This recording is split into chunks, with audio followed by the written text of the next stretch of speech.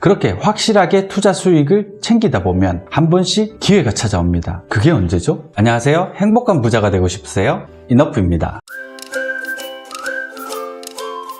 여러분, 응답하라 1988 보셨나요? 극 중에서 은행원이던 덕선이 아빠가 이런 말을 하죠. 은행에 예금하고 이자를 받는 것이 최고라고. 그러니까 선우 엄마가 이렇게 얘기합니다. 은행 이자 그거 얼마나 한다고. 이때 대답이 걸작입니다. 은행 금리가 좁게 내려서 15%밖에 안 되지만서도 점점점. 그 시절 우리 아버지 세대에는 예금만 잘해도 됐습니다. 그렇게 돈을 모아서 집을 샀죠. 그러면 또 집값이 올라 자연스럽게 재산이 불어났습니다. 그래서 재테크란 걸 모르고 살았어요. 그냥 돈이 생기면 은행에 넣으면 된다고 생각했죠. 그런데 지금은 이야기가 완전히 달라졌습니다. 구독, 좋아요 눌러주세요. 알고 계실지 모르겠지만 개인이 은행에서 돈을 빌려 집을 사기 시작한 것이 불과 20년밖에 안 됐습니다. 그전에는 항상 자본이 부족한 상황이었기 때문에 국가 전체의 발전을 위해 모든 돈들이 기업에 우선적으로 공급되었습니다. 경제 발전을 위해 전 국민이 허리띠를 졸라매고 희생하던 시절이었죠. 그만큼 돈이 귀했습니다. 지금은 어떤가요? 지금은 돈이 넘쳐나죠. 그래서 돈을 빌리기 너무 쉬워졌습니다. 반대로 투자할 곳은 마땅치 않죠. 시중의 단기 부동자금 추이입니다. 2002년 400조 원에 불과했던 부동자금이 2019년 현재 3배 가까이 늘어 1200조 원에 달합니다. 마땅히 갈 곳을 찾지 못하고 금융권에 단기로 머물러 있습니다. 기업도 사정이 다르지 않아요. 매출액 상위 20대 기업의 보유 현금이 1700조 원을 넘어서고 있습니다. 삼성전자 혼자서 100조 원이 넘는 현금을 가지고 있어요. 시중에 돈이 없는 게 아니에요. 우리 서민들에게만 돈이 없을 뿐이죠. 이렇게 돈이 넘쳐나다 보니 화폐의 값어치가 계속 떨어지죠. 그래서 돈의 값인 이자 또한 바닥 수준에서 벗어나지 못하고 있는 거예요. 그러면 어떤 분들은 뭔 소리냐고 하십니다. 요즘 은행에서 돈 빌리는 것이 얼마나 어려운데 말도 안 되는 소리라고 해요.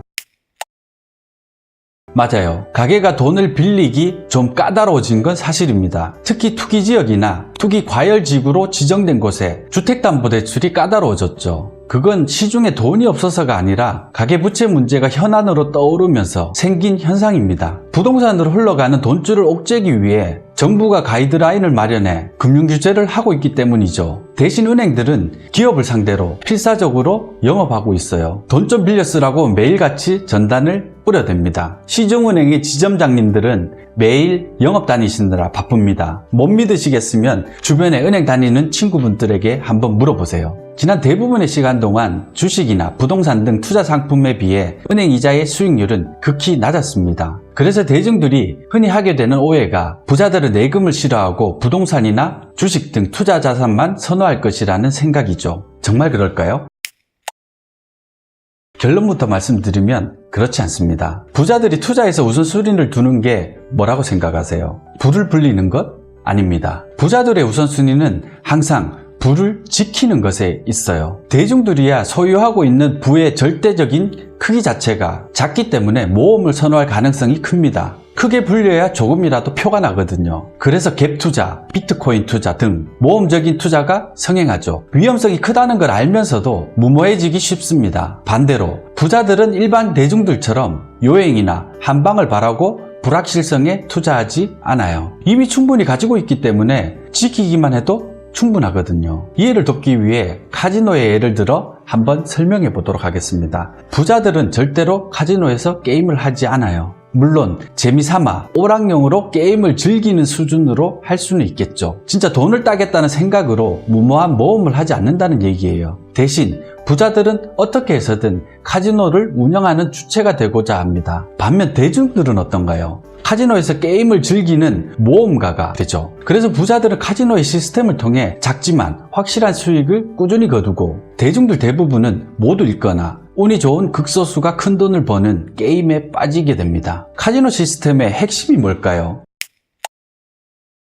확률과 시간 모두가 카지노의 편이라는 거죠. 오랜 시간 운영하기만 하면 카지노가 항상 이기게 되는 게임입니다. 그래서 카지노에서 게임을 즐기는 사람들은 시간이 지날수록 가난해지고 반대로 시스템 운영자들은 점점 더 부자가 됩니다. 그러면 부자들이 가장 싫어하는 것은 뭘까요? 바로 불확실성입니다. 따라서 확실한 이자 수익이 보장되는 예금을 부자들이 싫어할 이유는 전혀 없어요. 다만 예금이 화폐 가치의 하락을 상쇄할 수 있는 시기 자체가 너무 짧기 때문에 부자들이 예금을 선호하는 기간이 짧을 뿐입니다. 즉 명목금리에서 물가 상승률을 뺀 실질금리가 플러스가 될 때만 부자들의 돈이 예금에 머무르게 되는 거죠. 그렇다면 실질금리가 플러스가 될 때가 언제죠? 경기가 과열되어 일반 대중들까지 경기가 좋다고 느낄 때쯤, 가팔라진 물가 상승을 억제하기 위해 금융당국이 금리를 급하게 올릴 때죠. 이쯤 되면 경기가 정점을 향해 가고 있을 때입니다. 이때 부자들은 부동산이나 주식에 투자된 자산들을 일부 정리해서 안정적으로 높은 확정금리를 제공하는 예금에 투자하게 됩니다. 물론 부자들이 매도한 주식과 부동산을 받아주는 주체는 파티의 절정에 취해 있는 일반 대중들이고요. 만약 실질금리가 플러스인 시기가 계속된다면 어떻게 될까요?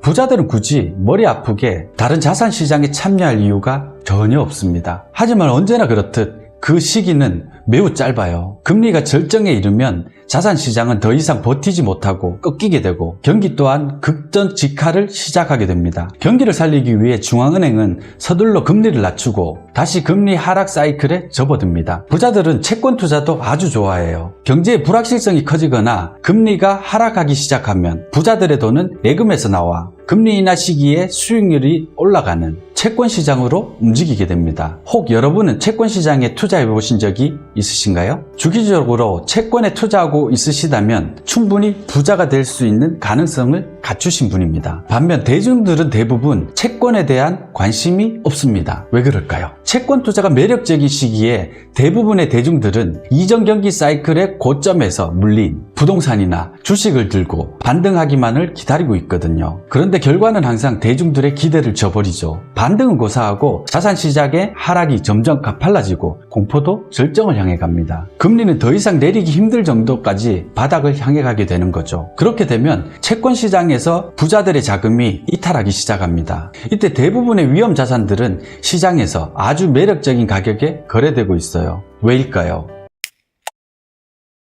가격 하락을 버티다가 공포심을 이기지 못하고 대중들이 던진 주식과 부동산이 넘치거든요. 투매는 투매를 낳고 시장에는 아주 헐값에 자산들이 넘쳐납니다. 이때 부자들의 돈 일부는 부동산 시장으로 또 일부는 주식 시장으로 흘러가게 됩니다. 하지만 대중들은 자산 가격이 낮을 때 절대로 자산 시장에 참여하지 않아요. 오히려 이때 빠져나오는 경우가 더 많습니다. 체감 경기는 여전히 최악이거든요. 대중들은 자산 가격이 더 떨어질 것이라고 생각하기 때문에 절대로 주식이나 부동산을 사지 않죠. 떨어지는 자산 시장에 참여하는 사람은 늘 확신을 가진 소수의 부자들입니다. 반면 대중들은 자산 가격이 상승에 상승을 거듭해 장밋빛 환상이 시장을 지배할 때쯤 비로소 자산시장에 뛰어듭니다. 지금 아니면 영역 시장에 참여하지 못할 것 같은 조바심이 날 때입니다. 그래서 대부분 막차를 타게 되는 거죠. 한없이 하락하던 자산의 가격이 바닥에서 횡보하기 시작합니다. 경기가 좋아서가 아니라 부자들의 돈이 자산시장으로 대거 이동했기 때문에 반등하는 겁니다. 부자들의 돈이 왜 자산시장으로 옮겨갔는지 잘 한번 생각해 보세요. 시중금리가 너무 낮으니 은행권에 있을 수 없죠. 또 금리가 역사적 저점 근처에 있으니 더 이상 금리 인하도 쉽지 않아 보여요. 그래서 채권 시장에 머물러 있는 것도 부담스럽습니다. 반면 주식이나 부동산 등 자산 가격은 매우 저렴하죠. 돈이 위험 자산으로 흘러갈 수밖에 없는 상황이 조성된 겁니다. 이때 전반적인 경제 상황은 어떤가요? 경기가 살아나지 않으니까 정부는 재정정책을 총동원해서 시중에 돈을 무한정 공급합니다. 체감 경기는 여전히 안 좋지만 이제 자산 시장은 바닥에서 반등을 시작합니다.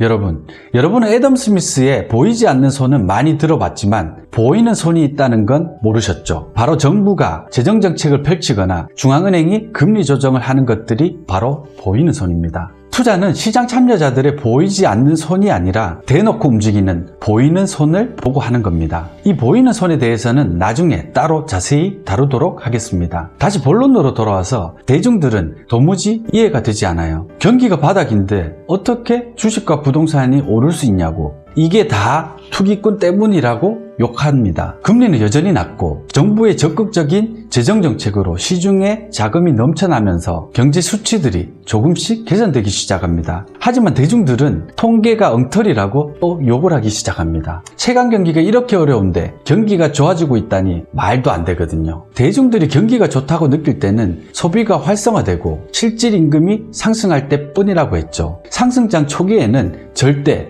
대중들이 체감하는 경기는 좋지 않아요. 이전까지 상위 1%의 부자들의 돈만 자산시장으로 흘러 들어왔다면 경제 수치가 조금씩 개선되는 것을 확인하면서 상위 10%의 부자들도 점차 자산시장에 참여를 시작합니다. 이때 자산시장은 완연한 상승세를 나타내죠. 드디어 금리도 조금씩 자신감을 갖고 인상 시기를 저울질하기 시작합니다. 최강 경기는 썩 나아지지 않았음에도 주식과 부동산 가격만 올라가니 대중들은 박탈감과 함께 초조해지기 시작합니다. 자산시장이 상승을 거듭하면서 소비가 조금씩 살아납니다. 드디어 시중에 돈이 돌기 시작해요. 이쯤 되어야 대중들도 이제 경기가 반등하기 시작하는구나 생각하게 됩니다. 자산시장은 더욱 가파르게 상승하고 시중금리도 조금씩 상승의 속도를 높여가면서 대중들도 자신감을 되찾아요. 이때 경제를 좀 안다고 자부하는 대중들이 시장에 참여하기 시작합니다. 이제 경기가 좋아지고 있다는 확신을 갖게 된 거죠. 주변에 돈 벌었다는 사람들이 하나둘 늘어남에 따라 아직 참여하지 못한 일반 대중들의 조바심이 극에 달해요. 이제 은행밖에 모르던 사람, 시장의 비관론자들조차 더 이상 참지 못하고 너도 나도 예적금에 들어있던 돈들을 빼서 자산시장에 참여하게 되는 거죠. 경기가 과열되는 것을 막기 위해 정부와 중앙은행은 금리를 급격하게 올리기 시작하고 대출을 옥죄기 시작합니다. 파티가 비로소 막을 내립니다. 대중들이 자신감을 갖고 자산시장에 참여하는 시기는 이처럼 버블이 태동한 이유가 대부분이에요. 투자시장에서는 밑바닥 경기만 보면 항상 실패합니다. 대중들까지도 경기가 좋다고 느낄 때는 대부분 경기 사이클의 정점이라고 보시면 됩니다. 예전 영상에서도 말씀드렸지만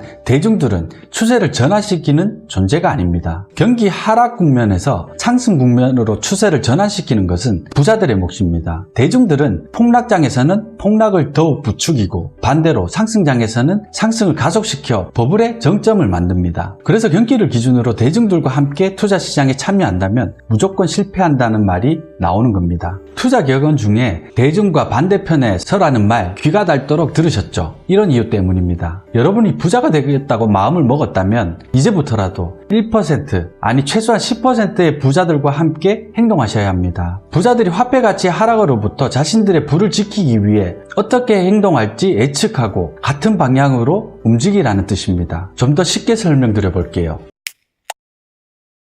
우리 대중들이 은행권에 돈을 넣어둬야 할 시기가 언제일까요? 자산시장에 투자하기 위해 종잣돈을 모을 때입니다. 이때 시장을 관찰하면서 열심히 투자 공부를 하시면 돼요. 단 주의하실 게 있습니다. 경기가 좋아져서 자산시장이 빠르게 상승하고 금리가 급하게 오를 때는 절대로 은행권을 나오시면 안 됩니다. 예금금리도 충분히 좋은데 왜 나오나요? 남의 떡이 너무 커 보이기 때문이죠. 주식이나 부동산으로 큰 돈을 벌었다는 사람들의 이야기가 자꾸 들려와서 그래요. 이때 대중들은 대부분 상승장에 참여하지 못하고 있다는 소외감, 영영 부자가 되지 못할 것 같은 조바심을 느껴요. 그걸 참지 못하고 주식이나 부동산을 사는 순간 상승장 꼭대기에 물리게 되는 겁니다. 참으셔야 해요. 투자는 상승장이 절정을 향해 가고 있을 때 시작하는 게 아니에요. 그럼 우리 대중들은 언제 시장에 참여해야 할까요? 부자들이 움직일 때 같이 시작하시면 됩니다. 금리가 자꾸 떨어져서 저점을 향해 갈 때, 모든 자산들이 너무 싸 보일 때, 시장의 공포감이 극에 달해 있을 때입니다. 오늘의 결론입니다. 구독, 좋아요 눌러주세요. 부자들은 예금을 싫어하지 않습니다. 다만 예금이 내 재산을 지켜줄 수 있는 기간이 점점 짧아지고 있을 뿐이죠. 물가가 가파르게 올라 인플레이션 우려가 커질 때가 바로 그때죠. 부자들의 관심사는 자신들의 부를 화폐 가치 하락으로부터 지켜내는 데 있어요. 그러니 작지만 꾸준한 수익을 거둘 수 있는 확실한 투자 상품이라면 절대 마다하지 않습니다. 그렇게 확실하게 투자 수익을 챙기다 보면 한 번씩 기회가 찾아옵니다. 그게 언제죠? 대중들의 곡소리와 함께 전장의 시체들이 쌓여갈 때입니다. 이때 예금이나 채권을 보유하고 있던 부자들에게는 큰 돈을 벌 수 있는 일생일대의 기회가 찾아옵니다. 평소에는 부를 잘 지키고 있다가 이렇게 기회가 왔을 때 한 번씩 자산을 크게 불리게 되는 겁니다. 여러분도 그렇게 하셔야 해요. 시장에 공포가 음습해 있을 때 과감하게 자산을 매수하고, 반대로 시장에 자신감이 넘쳐날 때는 조바심이 나더라도 때를 기다리고 예금이나 채권 투자를 통해 종잣돈을 마련하세요. 절대로 반대로 하시면 안 됩니다. 머리로는 어느 정도 이해가 된 것 같아도 막상 그런 때가 오면 반대로 움직이시는 분들이 대부분입니다. 그러니 항상 자신만의 투자 철학을 갖고 공부하세요. 오늘 영상은 이것으로 마치도록 하겠습니다. 여러분 행복한 부자 되세요. 고맙습니다.